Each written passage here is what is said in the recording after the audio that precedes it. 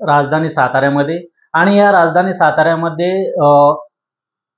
सुजित शिंदे म्हणून एक व्यक्तिमत्व आहे आणि या व्यक्तिमत्वाने आता एक उत्तुंग कामगिरी केलेली आहे. अंधत्व असून सुद्धा या व्यक्तिमत्वानं MPSC परीक्षेमध्ये अंध प्रवर्गामधून राज्यात प्रथम क्रमांक मिळवलाय. आपण त्यांच्या कुटुंबियांसमवेत आहोत. या ठिकाणी त्यांचे वडील आहेत, आई आहेत, त्यांच्या पत्नी आहेत, स्वतः सुजित शिंदे सर आहेत. त्यांच्याशी आपण त्यांच्या स्ट्रगल बाबत आपण माहिती घेणार आहोत.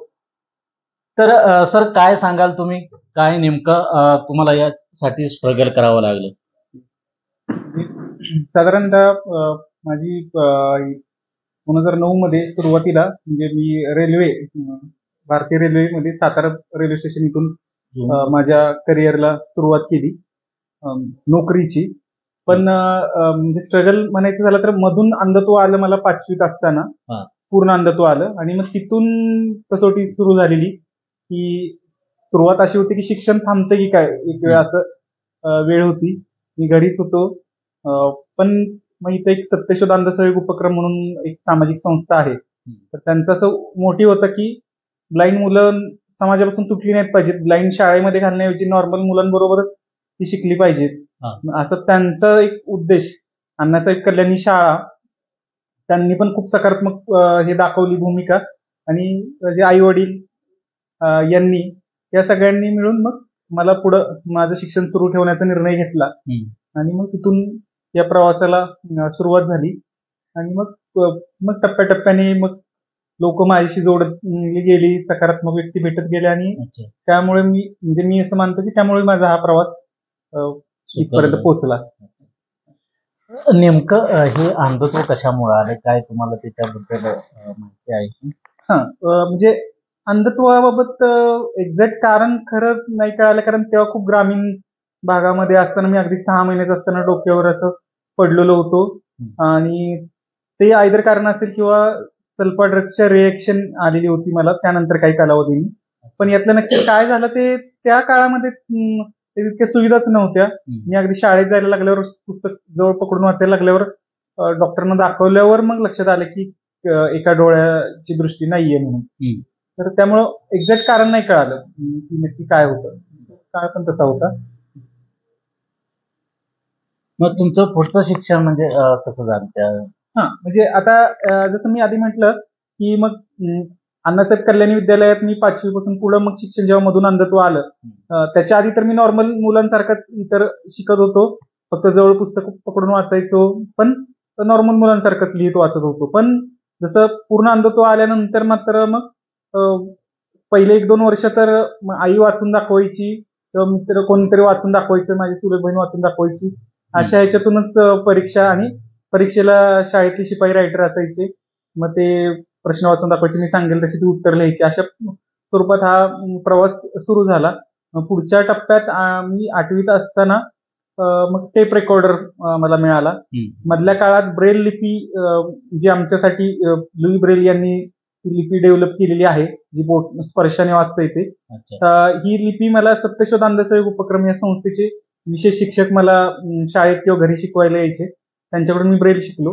आणि या मग ब्रेल आणि कॅसेट्स अशा माध्यमातून हा प्रवास म्हणजे शिक्षणाचा सुरुवातीचा झाला माझा. म्हणजे जसा आधुनिकतेत बदल होत गेला तसं तसं तुम्ही ते शिकत गेला आणि त्याच्यातून तुम्हाला पुढचं शिक्षण घेता आलं. हो. त्यानंतर तुम्ही MPSC कडे कसं काय वळला? तर आता मी साधारण मग ग्रॅज्युएशन माझं पुण्यामध्ये पूर्ण झालं इतिहास विषयामध्ये. त्यानंतर तोपर्यंत तर काही माहित नव्हतं की पुढे काय करायचं. आणि आमच्यासाठी संधी तर तशा फार लिमिटेड होत्या. एकतर आर्ट्सच साईड घ्यावी लागायची आणि त्यामुळे करिअरचे ऑप्शन नव्हते. म्हणजे खाजगी क्षेत्रातही अजूनही आत्ता काही क्षेत्र ओपन व्हायला लागलेत, पण तो काळ असा होता की फार क्षेत्र नव्हती. पण माझा एक मित्र, नॉर्मल मित्र, माझा शेजारी राहणारा, तो PSI झाला MPSCतून. मग तिथून माझं कुतूहल जागं झालं की हे काय नक्की आहे, म्हणजे त्या कसल्या परीक्षा असतात, मग मी देऊ शकतो का. मग इथून शोधाला सुरुवात झाली. मग तो काळ असा होता की इतकं शासनाचा दृष्टिकोन, म्हणजे पूर्ण अंध व्यक्तींना शासनात घ्यायचं हा तितका सकारात्मक नव्हता. पण पण मी माझ्या बाजूने ठरवलं की मला हे करायचंय आणि मला लोकही तशी मग रिस्पॉन्स देणारी भेटली, त्यामुळे मी तो प्रवास तिथं सुरू केला. तुम्ही रेल्वेमध्ये सुद्धा काही वर्ष काम केलेलं आहे. मग तो प्रवास कसा झाला तुमचा? म्हणजे तिथं कसे जॉईन झाला तुम्ही? ओके. म्हणजे मी हे जे काय झालं, मी एमपीएससी युपीएससीच्या परीक्षांची तयारी सुरू केली आणि याची तयारी म्हणजे ह्याची तयारी खूप व्यापक लेवलला असते. त्यामुळे हीच तयारी करत असताना मी रेल्वेचा असा वेगळा अभ्यास केला नाही, पण रेल्वेची परीक्षा एक जाहिरात आली, ती परीक्षा मी दिली आणि ती मी या इकडच्या अभ्यासामुळेच ती सहज उत्तीर्ण होऊ शकलो. त्यानंतर एक माझी टायपिंगची टेस्ट पण झाली. मी टायपिंगचा कोर्स केलेला होता आणि मग ती पण उत्तीर्ण झालो आणि मग मी मला इकडे म्हणजे हे मिळालं, म्हणजे जॉईनिंग लेटर मिळालं. पण अडचण अशी सुरुवात अशी झाली की रेल्वेमध्ये मला मेडिकली तिथले डॉक्टर फीड द्यायलाच तयार नव्हते की 100% ब्लाइंड व्यक्ती तुम्ही काय काम करू शकणार आहे. मग त्यामुळे ते मेडिकली फिटच द्यायला तयार नव्हते. त्यासाठी संघर्ष करावा लागला, लोकांना भेटावं लागलं, सतत पर्याय मांडायला लागले की मी ह्या गोष्टी करू शकतो. मग माझ्या लक्षात आल्यानंतर की मी एकटाच नाहीये, माझ्याबरोबर आणखी 5 ते 6 जण होते आमच्या पूर्ण झोनमध्ये ह्या मुंबईच्या. तर त्यामुळे सगळ्यांना मी परत एकत्र केलं आणि मग आम्ही सतत भेटत राहिलो, पर्याय देत राहिलो. मग शेवटी 6 महिन्यांनी म्हणजे 6 महिने त्यात गेले. मग 6 महिन्यांनी जॉईनिंग दिलं. मग जॉईनिंग दिल्यानंतर सुद्धा पुन्हा सुरुवातीला सहकाऱ्यांमध्ये तेच साशंकता होती की मी नक्की काम काय करणार, की नुसतं बसून राहणार, असा हा दृष्टिकोन सुरुवातीला होता. पण जसं मी माझ्या क्षमता कळत गेल्या, मी काम करत गेलो, तसं मात्र मग सगळ्यांशी म्हणजे चांगलं तिथं ट्युनिंग जुळलं आणि मग खूप चांगल्या प्रकारे मी 9 वर्ष तिथं मग जॉब केला. आता तुम्ही सध्या युनियन बँकेमध्ये असिस्टंट मॅनेजर म्हणून काम करताय. हो. तर मग काय सांगा, इथं सुद्धा तुम्ही कसं स्ट्रगल केलं काय? ओके. म्हणजे असं झालं की 2018 मध्ये म्हणजे त्या मी एका बाजूला रेल्वेत जरी नोकरी होती माझी, तरी मी दुसऱ्या बाजूला एमपीएससी युपीएससी किंवा स्पर्धा परीक्षांचा अभ्यास सुरू ठेवला होता. कारण माझी ग्रुप सी ची ती पद होतं, क्लार्कचं पद होतं. पण असं होतं की माझं तेव्हा स्वप्न होतं, मी पाहिलेलं होतं की मला ऑफिसर बनायचंय म्हणून. आणि मग त्या दृष्टीनेच मी हे प्रयत्न पुढे सुरू ठेवले आणि मग त्यातूनच 2018 मध्ये माझी आयबीपीएस मधून या बँकिंग संदर्भाची संस्था एक्झाम घेते, त्यांच्या थ्रू निवड झाली माझी युनियन बँक ऑफ इंडियामध्ये. आणि मग इथं सुरुवात होताना इथं सुद्धा तीच सुरुवात झाली की सातारा सिव्हिल हॉस्पिटलला मेडिकलसाठी गेलो मी. बँकेने सातारा सिव्हिल मधून मला मेडिकल टेस्ट करून यायला सांगितलं होतं. पण तिथेही तेव्हाचे जे सिव्हिल सर्जन होते त्या काळात, त्यांनी पण अशी भूमिका घेतली की तुम्ही पूर्ण ब्लाइंड आहे आणि तुम्ही या ऑफिसर पदावर काम करू शकत नाही, त्यामुळे मी तुम्हाला मेडिकली फिट देऊ शकत नाही. एका बाजूला तो असा तणावाचा प्रसंग होता की एका बाजूला मी रेल्वेच्या नोकरीचा राजीनामा दिलेला, एक नोकरी सोडलेली आणि दुसरी नोकरी जॉईन करायची होती आणि डॉक्टर असे म्हणत होते की मी तुम्हाला फिट देऊ शकत नाही. तिथेही काही काळ असं खूप म्हणजे उद्विग्नता आली की म्हणजे क्षमता असून हे असून नाही म्हणतायत. थोडं एक झालं, पण नंतर मग मधल्या काळात तिथल्या दुसरे काही अधिकाऱ्यांशी आम्ही भेटून बोलून मग सत्यशोधच्या आमच्या मॅडम आहेत हेमा सोनी म्हणून, त्यांनी तिथल्या अधिकाऱ्यांशी संवाद साधला, त्यांना नीट समजावून सांगितलं या सगळ्या गोष्टी की इतर लोकही काम करतायत या पदांवरती आणि सक्षमपणे काम करू शकतात. मग फायनली त्यांनी ते मेडिकली फिट दिलं. मग नंतर बँकेत जॉईन झाल्यानंतर सुद्धा तिथेही आधी अंदाज होत, त्यांनाही असं वाटत होतं की नक्की काय काम करणार, नक्की कशा पद्धतीने, नक्की म्हणजे तेवढ्या क्षमतेने. कारण बँक सेक्टर असं की अगदी खाजगी म्हणजे खाजगी क्षेत्रात जसं काम चालतं तशा पद्धतीने प्रोफेशनली काम चालतं बँकेमध्ये. आणि त्यामुळं मग तितक्या एफिशियंटली मी काम करू शकेल कशी शंका होती. पण मात्र नंतर मला त्यांनी रिकव्हरी जे असते लोनची तो रोल दिला आणि मग माझे बोलण्याचं स्किल आणि लोकांशी संवाद साधणे, कारण मी रेल्वेमध्ये मला तो अनुभव होता. रेल्वेमध्ये मी अनाउन्सिंग आणि इन्क्वायरीसाठीच काम केलेलं होतं, लोकांशी बोलण्याचं. त्यामुळे ते काम मी इकडे पण हाताळलं. त्यामुळे मात्र मग खूप चांगलं इथं पण आता मी लोकांचा चांगला तुम्हाला हो खूपच रिस्पॉन्स चांगला आता मिळाला. मग हे करत असता, म्हणजे ही नोकरी करत असताना तुम्ही हा एमपीएससीचा अभ्यास सुद्धा सुरू होता आणि त्याच्यात तुम्ही ती एमपीएससीची परीक्षा तुम्ही क्रॅक केली, म्हणजे शिक्षण अधिकारी. हो.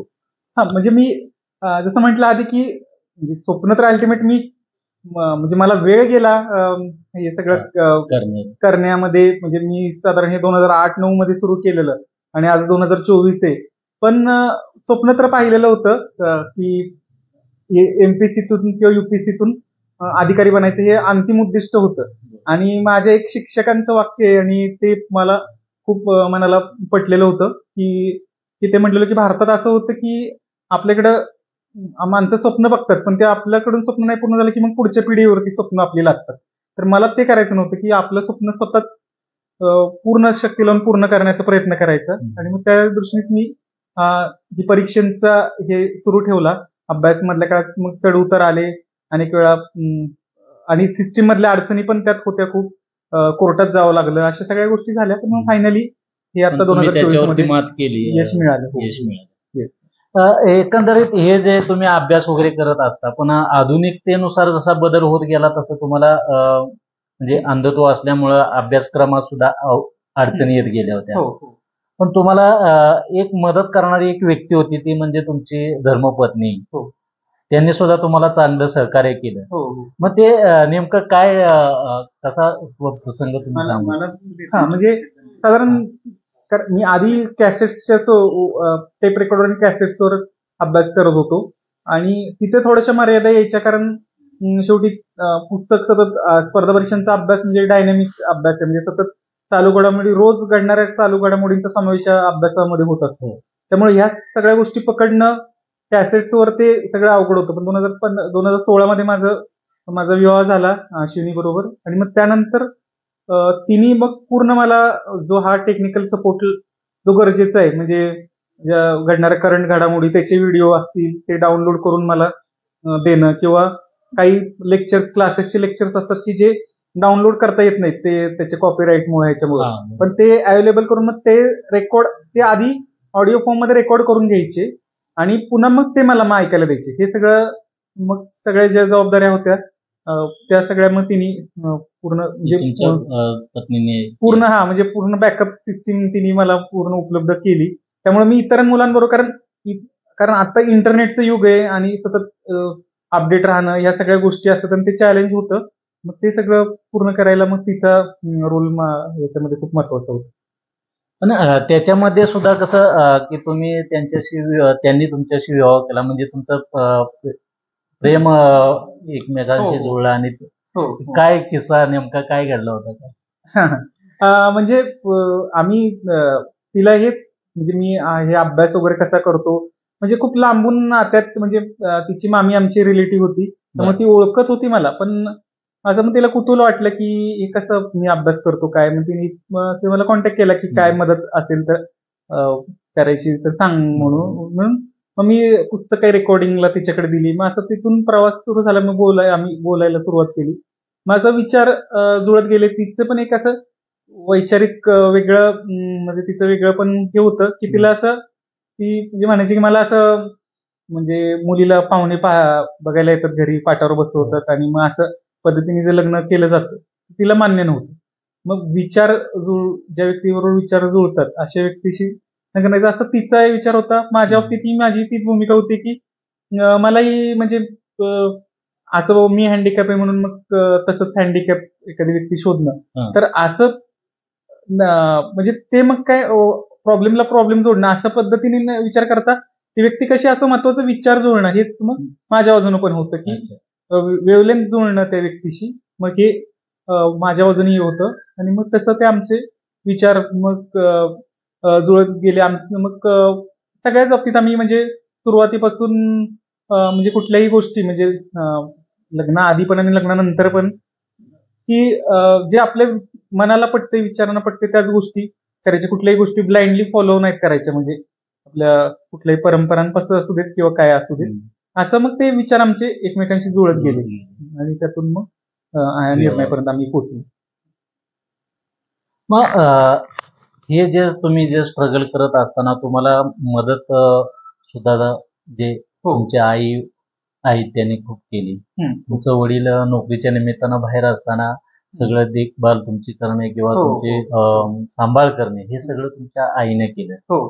मग तुम्ही ह्याचं श्रेय नेमकं कोणाला द्याल, हे जे यश तुम्ही संपादन केले?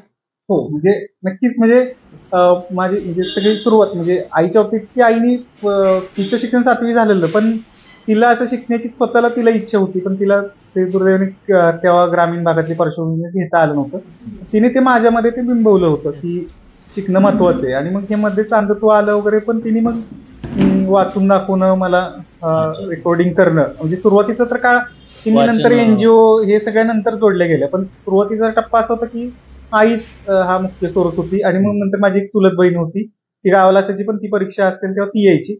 असे हे दोघीच मला वाचून दाखवणं, रेकॉर्ड करणं माझ्यासाठी या सगळ्या गोष्टी करायच्या. नंतर ह्या स्पर्धा परीक्षांचा प्रवास जेव्हा सुरू केला होता, सतत पुण्याला जाणं, वेगवेगळ्या कॅसेट्स रेकॉर्ड करून आणणं असू देत किंवा शिक्षकांना भेटणं असू देत, असं तर सगळ्या प्रवासात म्हणजे तिने म्हणजे तिला या क्षेत्रातली फार माहिती नसली तरी माझ्यावर पूर्ण विश्वास ठेवून तिने मला सोबत म्हणजे पाठबळ तिचं राहिलं. आणि मी जसं मी मागाशी आपल्या चर्चा करताना म्हटलं होतं, की मग 12वी नंतरचा असा एक टप्पा होता, की जो म्हणजे मी मित्र होते सोबत मदत करणारे वगैरे सगळे होते.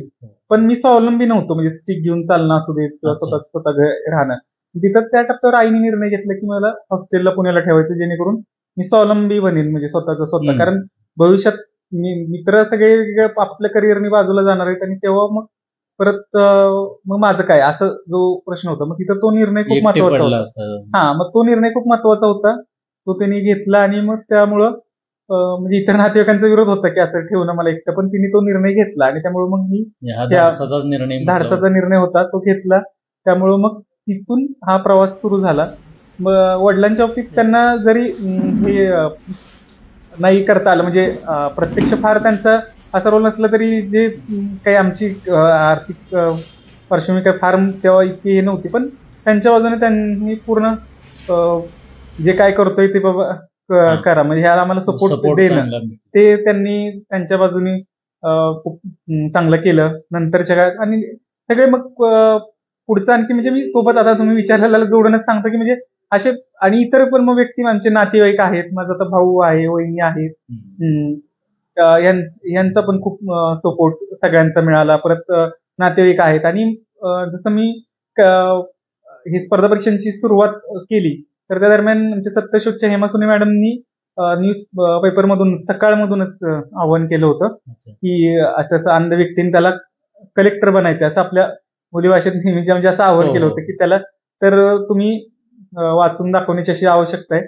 तर तेव्हा आपल्या सातारमधल्या लोकांनी पण खूप छान रिस्पॉन्स दिला. म्हणजे जवळपास 20-25 लोकांनी रिस्पॉन्स दिला. म्हणजे आता असं असतं, की सगळेच काही पूर्ण काळ टिकतात असं नाही. म्हणजे काही थोडे दिवस वाचलं, पण नंतर ते काही व्यक्ती अशा होत्या, की म्हणजे जसं मी उदाहरण म्हणून सांगेन, की एक दिवेकर मॅडम म्हणून होते, तेव्हा त्यांचं 66 वय होतं.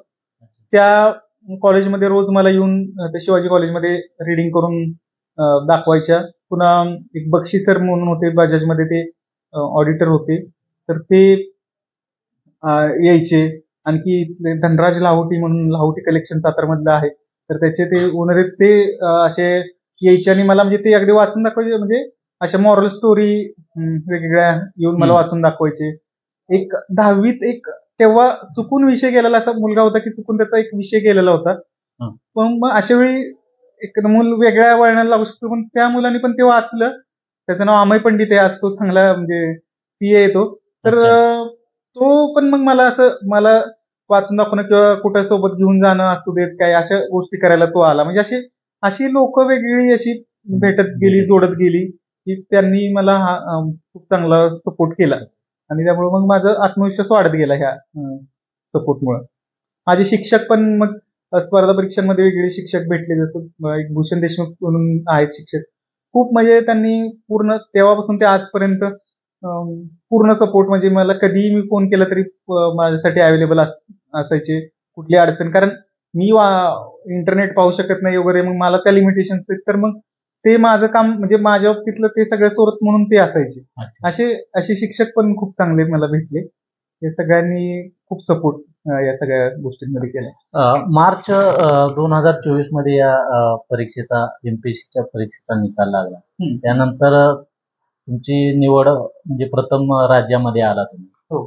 आता नियुक्तीचं काय तुम्हाला पत्र वगैरे काय आहे? म्हणजे सध्या काय झालं, की ही एक अडचण म्हणून आहे किंवा खंत आहे, की आतापर्यंत नियुक्ती येऊन आम्ही म्हणजे ट्रेनिंगला जायला हवी होती आमची बॅच, हा. पण वेगळ्या काही आधी स्पोर्ट कोट्याच्या केसेस झाल्या, त्याच्यातून डिले झाला. परत आता काही अपंगत्वांच्या बाबतीतले मेडिकलचे इश्यू, असे काही ना काहीतरी इश्यू येऊन कोर्टात लोक गेली. आणि आयोगाकडून पण मग काही विवादित लोक आहेत ते सोडून इतरांना जॉईनिंग द्यायला हवं, पण ते नाहीये. त्यामुळं ते आमचं आतापर्यंत आम्ही जायला पाहिजे होतं ट्रेनिंगला, पण ते जाता येत नाही. ती एक खंत आहे. सरांच्या आईशी आपण चर्चा करूया. तर काय सांगाल आई तुम्ही की आपला मुलगा शिक्षणाधिकारी झालेला आहे. शिक्षणाधिकारी झाला म्हणून खूप सार्थ अभिमान आहे सर. काय सांगाल तुम्ही, म्हणजे त्याला घडवण्यासाठी तुम्ही काय खूप स्ट्रगल केले, खूप त्याला स्ट्रगल केले. हा. जिद्दी आणि चिकाटी खूप.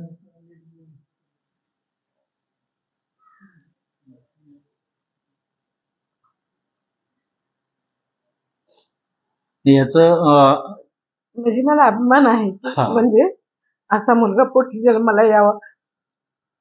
तुम्ही सुद्धा त्याच्यासाठी खूप कष्ट घेतले असं त्यांनी सांगितलंय. घेतले, खूप घेतले.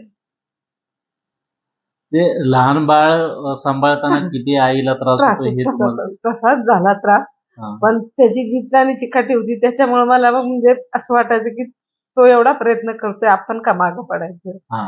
आपण कुठेतरी त्याला उभा केलाच पाहिजे, पाठिंबा दिला पाहिजे असं वाटायचं. आणि इतर मुलांचं बघायची ना मी, म्हणजे माझ्या भावाच्या घरी माझा भाऊ स्वतः अंध होता, त्याचं म्हणजे जीवन मी खूप जवळून पाहिलं होतं. हा, त्याच्यामुळे मला वाईट वाटायचं खूप की पुढे माझ्या पाठी कसं व्हायचं, म्हणजे आमच्या आई वडिलांच्या दोघांच्या. म्हणून मी जास्त म्हणजे मला असं वाटायचं की त्यानं शिकावं आणि स्वतःच्या पायावर उभं राहावं, ही खूप अपेक्षा होती माझी. आणि नंतर त्याला 5वी नंतर दिसायचं तर बंद झालं. नंतर त्याची मला एकदम चुरूक कधी दिसली, 10वी मध्ये दिसली बघा. 10वीत खूप चांगले मार्क्स मिळाले, 12वीत खूप चांगले मार्क्स मिळाले, लोकांची मदत झाली, लोकांनी कौतुक केलं एवढं. मग मला असं वाटलं की नाही, त्याला स्वतःच्या पायावर उभा करायचं. आणि एक आमच्याकडे त्याला ब्रेल शिकवायला सर यायचे, ते म्हणायचे त्याला काटा टोचला तर तुम्हाला कळ येते, म्हणजे तुम्ही एवढी त्याच्यावर माया प्रेम करताय आणि त्याला काटा सुद्धा टोचून द्यायला झाला. म्हणजे मी कॉलेजला निघाली घेऊन जायची, शाळेत निघाली घेऊन जायची, काय सगळं असेल ते, म्हणजे असं कोणाच्यावर विसंबून राहायचं नाही किंवा एकटं सोडायचं नाही. पण त्यांना असं वाटायचं की हे बाबा ह्या खूपच करतात, इतर पालक असे करत नाहीत. तर ते मला म्हणायचे तुम्हाला कळीची, तुम्ही त्याचं जास्त लाड करताय किंवा असं हे करताय, म्हणजे पुढं कसं व्हायचं. म्हणून मी शेवटी हा निर्णय घेतला. जेव्हा 12वी झाली तेव्हा 12वी मार्क्स म्हणजे निकाल रिझल्ट लागायच्या अगोदर मी हॉस्टेल पाहून आले होते. कुठलं? Government hostel. तेव्हा काय परिस्थिती एवढी नव्हती. हो, हे किती म्हणजे धंद्यासाठी जायचे, पैसे आणून द्यायचे. तेव्हा काय तसा काळच नव्हता, म्हणजे एवढा असा प्रगतीचा नव्हता. नंतर आमची प्रगती होत गेली. पण ते त्यांच्या उद्योगाला जायचे आणि घरचं पाहून मग मला हे सगळं करावं लागत होतं. मग तुमच्या कष्टाचं चीज केलं सुजितनं असं तुम्हाला मी सांगते ना, सार्थ अभिमान आहे. सारखाच मुलगा जन्माला आला. हे अपघातानं म्हणजे त्यांना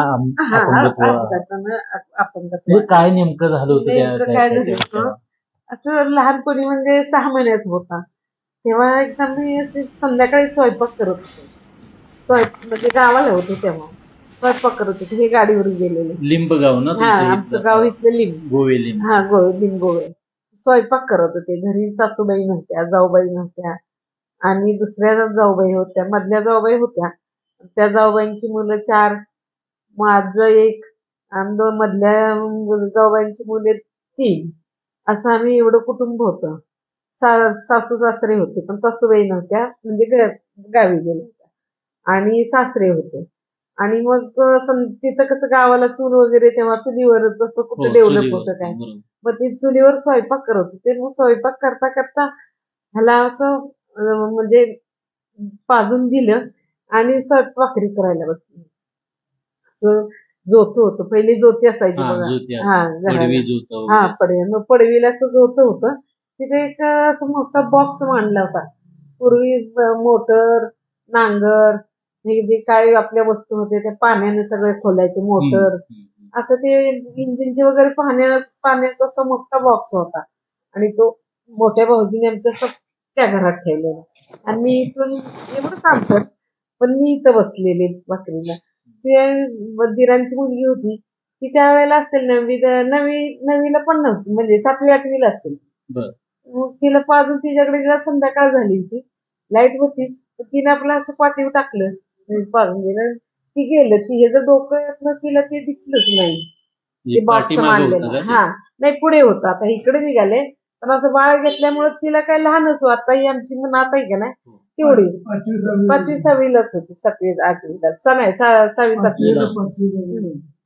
आणि मग तिला ते बॉक्स दिसलं नाही खाली, ते आपल्या मुलाच्या नादात उंबरा ओलांडून बाहेर गेलं ती त्या बॉक्सला धडकली तसं तिच्या हातातून मुलगा उडून ते डोक्यावर पडला, असं याच्यावरच पडला, हा म्हणजे डोक्यावर पडला. डोक्यावर डाव्या बाजूला पडल्यामुळे काय झालं, तो बेशुद्ध झाल्याच्या नंतर मग तेव्हा काय साधी 84 साली बघा, साधी एक्सरेची सुद्धा सोय नव्हती, म्हणजे असं तिथं किंवा इथं सुद्धा कुठल्या तरी एखाद्या हॉस्पिटलला असेल मोठ्या, अशी कसलीच सोय नव्हती. मग तेव्हा तो रात्रीचाच तो असा अपघात झाला आणि तो बेशुद्ध झाला. नंतर मग मला तरी काय कळते, पहिलेच मूल एवढं मला पण अनुभव नव्हता, तरी पण आपलं घेऊन तसंच मग माझ्या चुलीत नंदुबाई येऊन मग नंदुबाई येऊन त्याने आपलं पाणी वगैरे सोडून म्हणल्या, नको रडू नको, असं करू काय करू नको, आणि मग घेऊन बसले. माझे सासरे खूप छान होते, सासरे रात्रभर माझ्याशी बसले शेकत, म्हणजे मुलाला मी उपचार वगैरे घरच्या घरीच केले रात्रीचे. कुठे जायचं रात्रीचे, तेव्हा गाड्या नव्हत्या, काही नव्हतं. मग रात्रभर बसले शेकत, आपले असं कपडा घेऊन चली पुढे तवा प्राथमिक उपचार. आणि मग सकाळी उजाडल्यावर मग नंतर 10-11 वाजता ते डॉक्टर येणार होते, 11-12 वाजता. तेव्हा एकच डॉक्टर, हे पाटील डॉक्टर बघा, आता ते रेचे हे अनिल पाटील चेअरमन आहेत, ते डॉक्टर आमच्याकडे येत होते तेव्हा. मग त्यांच्याकडे घेऊन गेले. मग त्यांनी काय म्हटले, ताप वगैरे आला तर आपल्या जवळच्याच गोळ्या दिल्या. पूर्वी मेडिकल सुद्धा माहित नव्हतं आम्हाला काय. मग ते आपल्या थोड्याशा गोळ्या दिल्या, घरी आणलं आणि ती गोळ्या औषध वगैरे देऊन त्याच्यानंतर काय टेस्ट वगैरे काहीच नव्हती सोय. त्याच्यानंतर मग काय व्हायचं, हा सायकल वगैरे चालवायला लागला. वर्षानंतर असं सायकल, हा कसा चालतोय मुलगा तसा चालायला लागला, किंवा असं ढकलून दिलं एखाद्यानं तरी ते पडायचं, असा डोक्यावर पडला की बेशुद्ध व्हायचा. तेवढ्यापुरतं डॉक्टरांकडे न्यायचं, दाखवून आणायचं, असं करत होते. आणि नंतर काय झालं, जेव्हा तो 3 वर्षाचा झाला, 3 वर्षाचा, तेव्हा त्याला आपण बालवाडीत घालतो ना, तेव्हा घातलं त्यावेळेला तो असं पुस्तक, छोटी पुस्तक असायची तेव्हा, मग ते मी शिकवायला गेले की शिकायचा, पण पुस्तक असं धरून वाचायचं जवळ. मी म्हणायचे, असं काय करतोय तू, जवळ का पुस्तक धरतोय, काय नाही म्हणला, मला म्हणजे दिसना झालंय, मला जवळच घ्यावं लागतंय. 3 वर्षाचा मुलगा, काय जास्त समजलं काय अगं तेव्हा झाली असेल परिस्थिती, ते पण मला असं कळलं नाही, म्हणजे की त्याला दिसत नाही. मी म्हणलं, तो असा म्हणतोय म्हणून आपण दाखव. मी माहेरी गेली, माहेरवरून या बोकील डॉक्टरांच्या इथं आले. तेव्हा एकत्रित कुटुंब, म्हणजे असं एवढं स्वातंत्र्य वगैरे कुठं होतं पूर्वी, तेव्हा नव्हतं एवढं. मग आपली तिकडे आले, मग माझ्या भावाला म्हटलं, मला ह्याला दाखवायचं, म्हटलं असं म्हटलं होते. मग माझी भाऊजाईंनी दोघी जणी आम्ही आलो, मी ते दाखवलं. तेव्हा ते म्हणले, त्याचा डोळा डावा डोळा आहे, तो ठार गेलाय म्हटले. एकाच डोळ्याने त्याला दिसत होतं. मग त्यानंतर मेडिकल म्हणजे तपासण्या वगैरे, त्यानंतर मग पुण्याला नेलं, अहमदनगरला नेलं, कोणी तुम्ही सांगेल तिकडे मग आम्ही घेऊन जायचो दोघे. सगळं काही म्हणजे दाखवलं केलं. नंतर एक पुण्यात चित्रा डॉक्टर म्हणून होत्या, आता त्यांचं आडनाव नाही माझ्या लक्षात, पण त्यांनी सांगितलं की त्याच्या एका डोळ्यावर ताण येऊन असं सूज येते पडद्यावर, तर ते फ्रीजिंग वगैरे करायला पाहिजे, म्हणजे पडदा असा गोठला जाऊ नये म्हणून त्यांनी आपलं स्थिर राहावं म्हणून त्यांनी करायचे ते फ्रीजिंग वगैरे, म्हणजे जे काय सर्जरी छोटीशी असायची ती करायची. ते असं करत करत करत केलं. पण नंतर काय झालं, नंतर एकदा पाचवीतच होता ना रे? हा, पाचवीत असताना स्वाध्यायाची वही हरवली त्याची ह्याची. आणि मग ते उद्या ही होती रंगपंचमी होती, रंगपंचमी. आणि रंगपंचमीची सुट्टी होती. ते दिवसभर रंगपंचमी खेळला. तेव्हा म्हणजे एका डोळ्याने दिसत होतं. आणि वही हरवली स्वाध्यायाची म्हणून रात्रभर ते स्वाध्यायाची वही पूर्ण केली त्यांनी, म्हणजे इथेच. हा, अण्णासाहेब कल्याणीचीच वही म्हणजे हरवली ती. आणि मग ते तसं झाल्यामुळे मग त्यांनी वही पूर्ण केली. आणि दुसऱ्या दिवशी सकाळी थोडा ताप आला त्याला. ताप आल्याच्या नंतर हे तर नव्हतेच, हे बाहेरच गेले ते गाडीने. मग असं त्याला चित्र वगैरे हलायला लागलं. आले ते नुकतेच म्हणजे गाडीवर. आणि चित्र असं हलायला लागलं त्याला, दिसायचं म्हणजे हे झालं ह्या डोळ्याने. आणि मग नंतर तसं व्हायला लागल्यावर मग यांना म्हटलं असा असा हा म्हणतोय. म्हटलं काय करायचं. जिथे आम्ही पुण्यात नेत होतो ना त्या यांच्याकडे, त्यांच्याकडे घेऊन गेले तर त्यांनी सांगितलं की त्यांना आता मद्रासला नेलं पाहिजे. मग असं सांगितलं त्यांनी मद्रासला. यांची दृष्टी गेली यानंतर तुमच्या याच्यावर मनावरती मोठा आघात खूप मोठा. परंतु त्यातून पण म्हटलं आता आघात जरी झाला खूप वाईट वाटलं, सगळं काही झालं, अजूनपर्यंत वाटतं. पण वाटून काय करायचं शेवटी. इतर मुलांचं, कारण त्याच्यामुळे बाहेर पडायला लागले का मी, बाहेर पडल्यामुळे मला सगळं समजायला लागलं की काय जगात चाललंय आणि कसं चाललंय. प्रगतीसाठी आपल्याला उभं राहिलंच पाहिजे असं म्हणजे लक्षातच घेतलं. आणि म्हटलं आपण ठामपणे उभंच राहायचं. तर ती मी 12वी नंतर ध्यासच घेतला की त्याला पुण्याला ठेवायचं म्हणजे ठेवायचं. पुण्याला गेल्यावरच त्याला जास्त म्हणजे समजायला लागलं. तिथं इतकं नॉलेज आलं की तुम्ही कुठल्या प्रकारचं आहे, ते कुठल्या प्रकारचे आहेत, हे कुठल्या प्रकारचे, मी कुठल्या प्रकारचे आहे, असं सगळ्या मुलांचं त्याला म्हणजे समजायला लागलं. आणि हँडिकॅप मुलं सगळी होती. मग कुणाचे तर आई वडील यायचेच नाहीत, जायचेच नाहीत, काहीच करायचे नाही. मी 4 दिवसाला तिथं जात होते, 4 दिवसाला किंवा 8 दिवसाला जायचे. मग त्याला असं म्हणजे समज खूप यायला लागली की बाबा आपल्यासाठी इतकी करतात, मग आपण काहीतरी चीज केलं पाहिजे. ह्या मुलांचं कोणी येतंय का, जातंय का, कोण बघतंय का, काहीच नाही. मग 3 वर्ष त्याने हॉस्टेलला काढली, पण जेवण नाही तिथलं जेवला. मला सगळी म्हटली फॅमिली लाईफ मध्ये वाढलेला मुलगा आहे, घरची म्हटले. माझ्या सासूबाई म्हटल्या त्याला एखादं शेत जास्त देऊया, नंदूबाई म्हटल्या नको ठेवू. पण मी म्हटलं नाही, मी कुणाचं काही तुम्ही म्हटलं तरी मी ऐकणार नाही, त्याला हॉस्टेललाच ठेवणार. मग 3 वर्ष हॉस्टेलला होतं तरी जेवण काय जेवलं नाही तिथलं. बाहेरचं जेवण म्हणजे जेवायचं. म्हणजे त्याला कसं वाटायचं, घरी आता फॅमिली लाईफ मध्ये वाढला आणि मग ते हॉस्टेलला काही कसलं असतं कसलं नाही असं वाटायचं त्याला. म्हणजे आपण ऐकतोच की आता बोलू नये मी, फ्लावर मध्ये काय आहे, ह्याच्यात काय असतं, त्याच्यात काय असतं, असं म्हणजे असं त्याला वाटायचं. मग त्यानं काही तसंही केलं नाही. माझ्या नंदूबाई होत्या, दीर होते तिथं, त्यांच्याकडे असं जायचा यायचा. मग स्वतः म्हणजे जायला लागला, एकटा रिक्षा करून यायला लागला, इकडे यायला लागला. हे जर मी नसतं केलं तर तो आला असता का, तो माझ्यापाशीच राहिला असता. बरं, त्याचा सार्थ अभिमान आहे. पुन्हा एकदा सांगते, शिक्षणाधिकारी झालाय ना, त्याचा मला खूप खूप म्हणजे खूपच आनंद होतोय आणि झालाय. धन्यवाद. सुजित यांच्या आईंना खूप आनंद झालेला आहे, कारण त्याच्या पाठीमागचं जे पाठबळ असतं हे सगळं देण्याचं त्यांनी काम केलंय.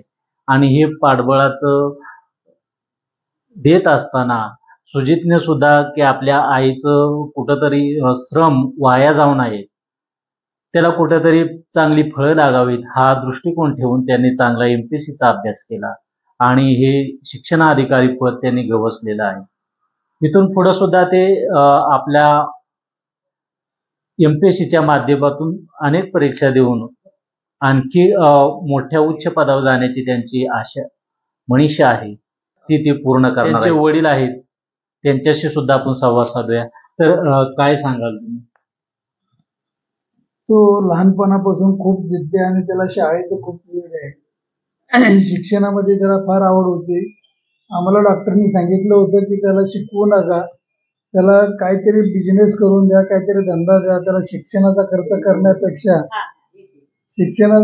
तुम्ही शिक्षणाला त्याला खर्च करू नका. खर्च त्याला वाया जाईल, त्याच्या डोळ्यावर परिणाम होतील आणि त्याला अंधत्व येईल. तुम्ही हे त्याला शिकवू नका पुढं. तरी पण तो शाळेत जायचं काही थांबत नव्हता. तो रडायचा, लोळायचा, त्याला शाळा शिकायचे. मग तो काय ऐकत नाही, त्याच्यामुळे आम्ही त्याला शाळा शिकवली. आणि मग तो शिकत असताना खूप तो जिद्दी आहे. त्याच्यामुळे प्रत्येक वेळेला प्रत्येक वर्गामध्ये चांगले मार्क्स घेऊन चांगल्या पद्धतीने पास होऊन त्याने आत्तापर्यंतची इथपर्यंतची बदल गाठली. तर तो शिकत असताना त्याला आम्ही एकच सांगितलं, तू शिक, आम्ही तुझ्या पाठीचे, तुला पैसे काही कमी पडून देत नाही. मी माझा धंदा बिझनेस करत करत मी त्याला जेवढं काय सहकार्य करता ते करत राहिलो. आणि त्याला मी एकच सांगितलं, आपल्याला लाल दिव्याच्या गाडीत बसायचं एवढीच आपली इच्छा आहे. तू शिकतोय तर चांगल्या पद्धतीनं शिक, आपल्याला लाल दिव्याच्या गाडीत बसायचं हे स्वप्न ठेवूनच तू शिक पुढं. हे त्याला कायमस्वरूपी मी सांगत आहोत. समाजामध्ये आम्हाला खूप वाईट वाईट घटना घडत होत्या आणि गरीबाला कोण मदत करत नव्हतं. गरिबी हा विषय इतका वाईट आहे की गरिबीला सगळ्यांनी तुच्छ समजायचं, शेजाऱ्या पाजाऱ्यांनी भांडणं करायची, त्रास द्यायचा, सगळ्या गोष्टी होत्या. त्याच्यामुळे आम्ही त्याला एकच सांगितलं, तू शिक, कोणतरी एक मोठा ऑफिसर बन, म्हणजे आपल्याला या सगळ्या गोष्टींची सुटका व्हायला ना आपल्याला गरिबांना, गोरगरिबांना न्याय मिळवून देता येईल. तर ह्या दृष्टिकोनातूनच आपलं शिक्षण झालं पाहिजे, एवढंच माझी त्याला सांगायची इच्छा आहे. खूप स्ट्रगल केलं त्यासाठी. त्याच्या आईने त्याला एवढं वाचन, एवढं कॅसेट, रात्र दिवशी दोघं बसायचे, अभ्यास करायचे, सारखं चालू अधिकारी झालाय, याचा आम्हाला सार्थ अभिमान आहे.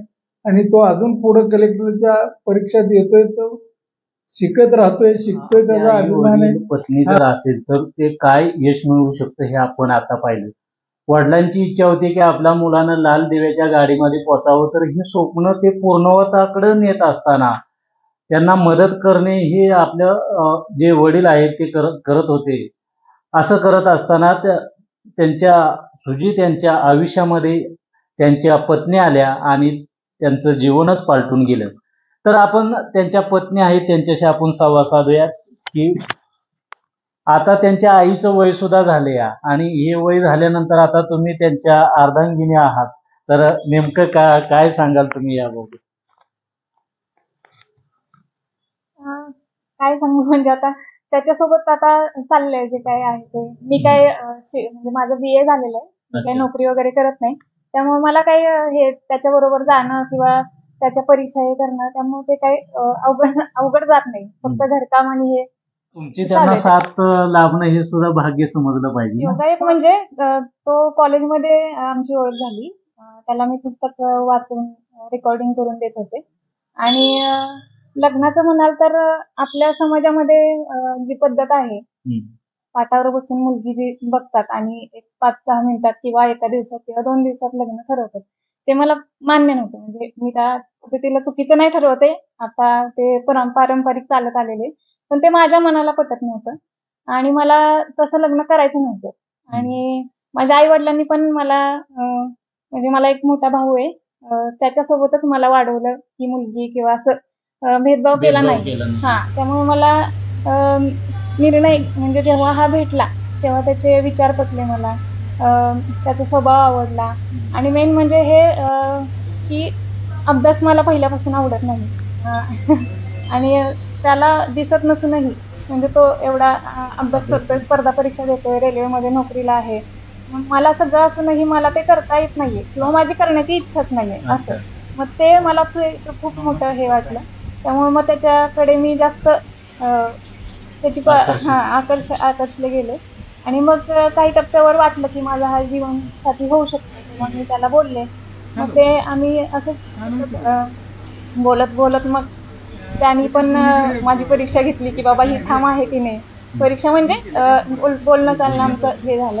आणि मग एका टप्प्यावर आमचं हे झालं की बाबा आपण लग्न करूयात म्हणून.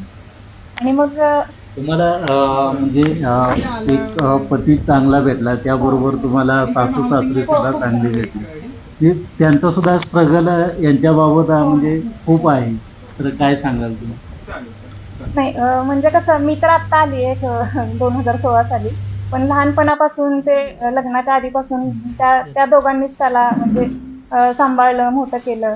आणि त्याला काय अडचणी येतात ते मी आता जवळून पाहते. म्हणजे म्हणजे बाहेरून हे तुम्ही आता ज्या अडचणी पाहताय हा. त्या अडचणी त्यांनी त्यावेळी सोसले आहेत. हो हो हो काय सांगाल हे? म्हणजे त्यांनी सोचल्या म्हणून तर आता तो अधिकारी झाला, म्हणजे अधिकारीच्या पदावर आलेला आहे.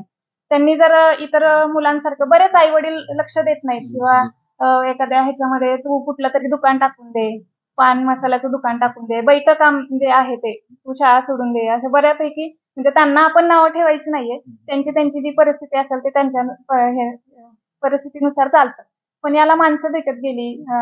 आई मोलाचं साथ आहे तिचं, जे काय म्हणजे घरचं बघून, आजार बघून जे काय तिने मुलासाठी केलं ते, म्हणजे आता जो काही पदावर येतो त्यांच्यामुळं किंवा वडिलांमुळं किंवा घरचे जे आहेत, त्याची वहिनी आहे, भाऊ आहे आणि मित्रपरिवार, त्याचा मित्रपरिवार खूप मोठा आहे त्याचा.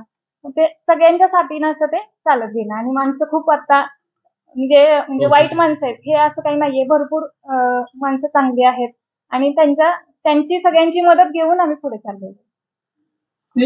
एकंदरीत एखादी परीक्षा द्यायची असेल किंवा आपलं आयुष्याचं जीवन जगायचं असेल तेव्हा कुटुंब प्रमुख, कुटुंबातील आई वडील, पत्नी आणि सर्व मित्रपरिवार ज्यावेळेस सहकार्य करतो त्यावेळेस एखादा अंध व्यक्ती सुद्धा कसा आपलं व्यक्तिमत्व खुलवून देतो, एक उत्तुंग असं यश मिळवू शकतो, हे आपण सुजित शिंदे यांच्या माध्यमातून आपण पाहिलं.